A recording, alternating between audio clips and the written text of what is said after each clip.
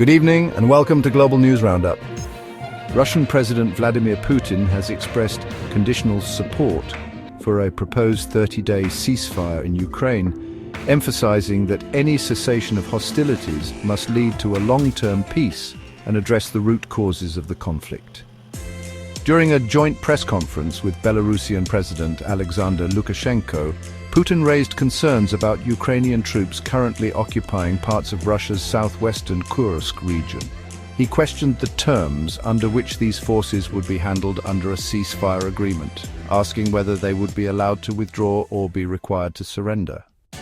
The Russian Defense Ministry announced earlier today that its forces have regained control over the town of Sudzha in the Kursk region after 7 months of Ukrainian occupation. This development follows Ukraine's surprise offensive last August, which had seized over 1,300 square kilometers of the region. Putin also expressed concerns about the potential for Ukraine to use the ceasefire period to mobilize additional forces and receive more weaponry. He stressed the importance of establishing mechanisms to monitor and verify compliance with the ceasefire terms to prevent any side from exploiting the pause in hostilities. The ceasefire proposal brokered by the United States has been accepted by Ukraine. US President Donald Trump has indicated that he hopes Russia will agree to the truce, warning of potential very bad, devastating financial sanctions should Moscow decline. Trump's envoy, Steve Witkoff, is currently in Moscow to formally present Washington's ceasefire proposal and engage in discussions with Russian officials.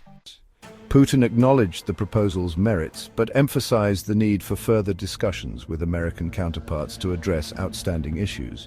He suggested the possibility of a direct conversation with President Trump to explore the proposal in greater detail. As the situation develops, the international community watches closely, hopeful that these negotiations may pave the way for a lasting peace in the region. This has been your Global News Roundup. I'm Michael Matthews. Thank you for joining us.